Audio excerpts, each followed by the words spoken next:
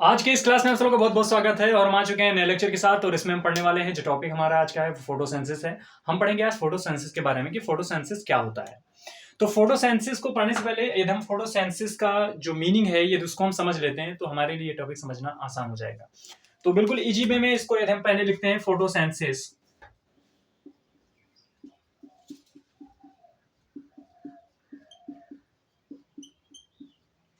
Photosynthesis में दो word आपके आते हैं, एक आता है आपका फोटो और दूसरा आता है सेंसिस।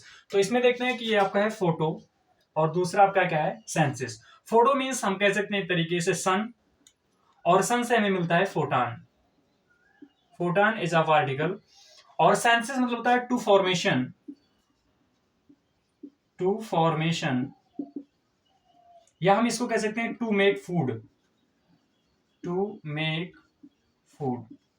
ये फूड क्या होता है? फूड एक प्रकार का ऑर्गेनिक कंपाउंड हो जाए जो कि क्या करते हैं, प्लांट बनाते हैं, और एक प्रकार का ऑर्गेनिक कंपाउंड है। तो ये क्या होता है, एक ऑर्गेनिक कंपाउंड होता है। ऑर्गेनिक कंपाउंड होता है। तो जो आपका ये फूड बनता है ये ऑर्गेनिक कंपाउंड होता है। तो फोटोसेंसिस में होता क्या है, क्या क्या चीजें रिक्वायर होती है, तो एक तरीके से लिखना चाहें हम रॉ मटेरियल। रॉ मटेरियल यानी कच्ची चीजों की, किन किन चीजों की आवश्यकता होती है। तो आपको सबसे पहले क्या चाहिए, इसमें कार्बन डाइऑक्साइड चाहिए यानी CO2 चाहिए आपको। इसमें आपको H2O चाहिए। इसमें आपको सनलाइट चाहिए। क्या चाहिए आपको? सनलाइट चाहिए। और क्लोरोफिल चाहिए। क्या चाहिए? क्लोरोफिल। तो इतनी चीजें आपको CO2, H2O, सनलाइट, क्लोरोफिल और चाहेंगे तो आपका ये क्या है, रॉ मटेरियल है, जो कि आपका रॉ प्रोडक्ट, रॉ एक प्रकार से कह सकते हैं आपका रिएक्टेंट है। इतनी चीजें आपको चाहिए। तो फोटोसेंसिस में सन, फोटान, तो फॉर्मेशन में फूड हो गया, और इसमें आपका ऑर्गेनिक कंपाउंड बनेगा। अब इसमें एक रिएक्शन होता है, फोटोसेंसिस का एक रिएक्शन होता है जो हम क्लास 6-7 में पढ़ते रहते हैं, 8-9 में, हर एक क्लासों में हमारा रिएक्शन होता है। तो इसमें चाहिए क्या, सबसे पहले आपको चाहिए यहाँ पर कार्बन डाइऑक्साइड। क्या चाहिए? कार्बन डाइऑक्साइड, CO2 चाहिए। और इसमें क्या चाहिए? H2O। CO2 और H2O। और ये फिर क्या करता है, पत्ती जो होती है, पत्ती में ही ये जो केमिकल रिएक्शन होता है। तो इसमें आपको क्या चाहिए, और सनलाइट चाहिए।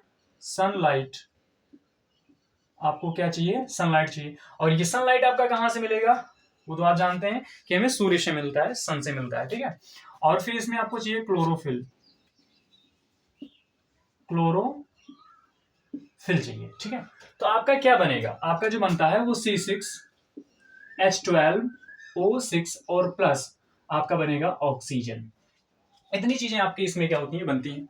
तो यानी जब कार्बन डाइऑक्साइड और H2O मिला तो आपका क्या बना? ग्लूकोज बना। इसको हम कह सकते हैं ग्लूकोज। क्या कहते हैं इसको? ये ग्लूकोज का फार्मूला है, ग्लूकोज। और आपका ऑक्सीजन क्या होता है, एनवायरमेंट में निकल जाता है।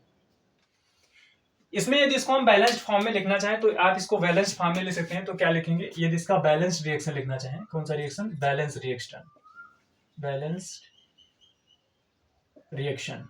तो बैलेंस रिएक्शन क्या होगा आपका, CO2 लेंगे आप, प्लस आप यहाँ पर जो मॉलिक्यूल लेंगे H2O के, 6CO2 लेंगे, और यहाँ पर 6H2O लेंगे, 6H2O कीप्स आउट। क्या आपका बनेगा? C6H12O6 प्लस 6H2O और प्लस 6O2। यह आपका जो एक तरीके से आएगा, पूरा का पूरा एक केमिकल बैलेंस आपका आएगा। और यहाँ पर आप क्या करेंगे, 12 है तो यहाँ पर 12H2O कर देंगे, ठीक है। तो ये आपका क्या हो जाएगा, एक बैलेंस्ड फॉर्म हो जाएगा, जो कि आपके रिएक्शन का बैलेंस्ड है। यानी आप दोनों तरीके से आप लिख सकते हैं यार, इसको हमने बैलेंस कर दिया।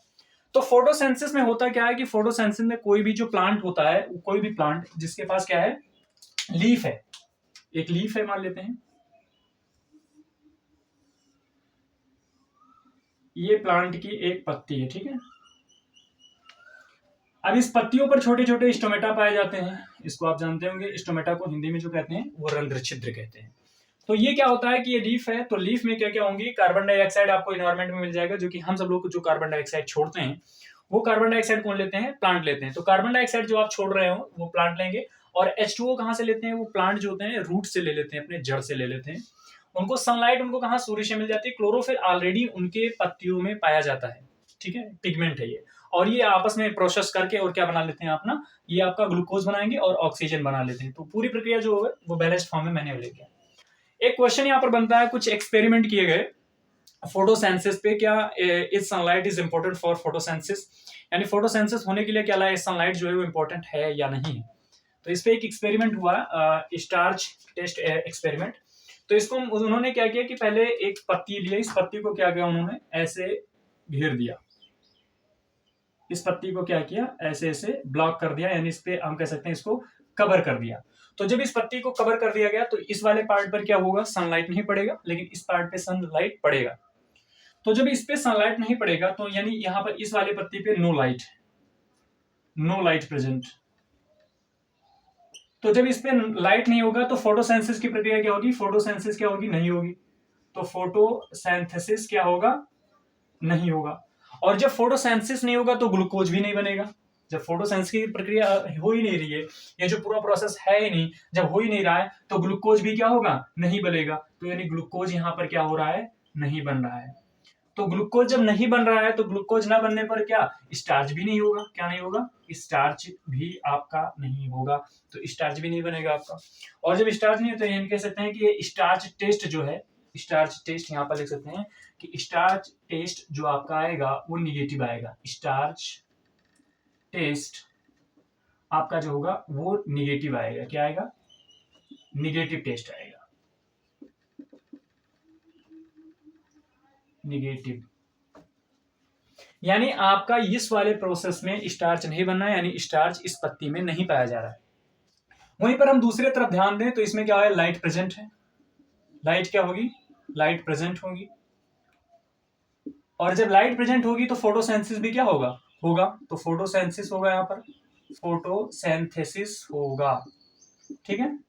अब चूंकि इस पे लाइट सनलाइट क्या हो रही है, इस पे सनलाइट पड़ रही है तो फोटोसेंसिस होगा, तो ग्लूकोज भी आपका बनेगा। क्या बनेगा, ग्लूकोज भी बनेगा।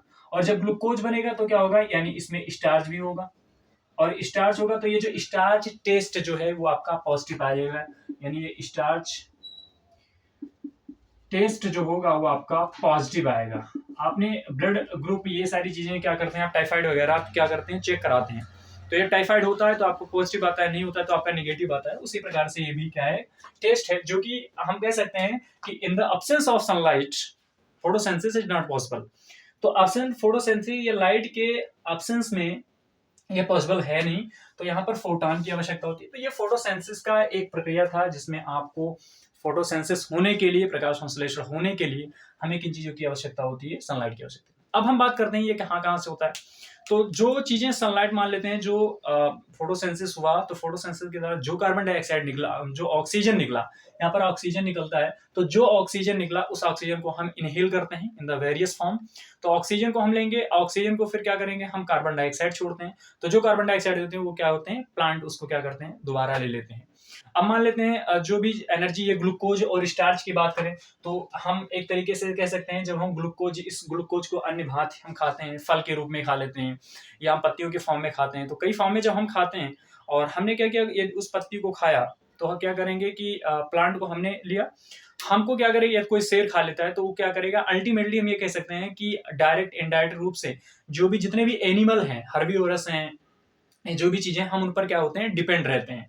तो इस प्रकार से पूरा फोटोसेंसिस हमारे लिए बहुत इंपॉर्टेंट है। फोटोसेंसिस के थ्रू ही क्या होता है, चीजें हमारी एटमॉस्फेयर में जो हमारा कार्बन डाइऑक्साइड और ऑक्सीजन का लेवल जो होता है वो बैलेंस्ड होता है। इसलिए कहते हैं हमें अधिक से अधिक पेड़ों को भी लगाना चाहिए ताकि हमारा क्या हो, ऑक्सीजन और कार्बन डाइऑक्साइड के बीच में एक संतुलन बना रहे, टेम्परेचर की ग्रीन हाउस इफेक्ट जो है वो बना रहे। आई होप आपको ये समझ में आया होगा, और इसको आप क्या करेंगे, आप एक एक चीज करके इसको आप देख सकते हैं, वीडियो को पॉस्ट करके आप देख सकते हैं। ये छोटी सी टॉपिक थी, आपको समझ में आएगा। बहुत बहुत धन्यवाद, मिलते हैं फिर नए टॉपिक के साथ।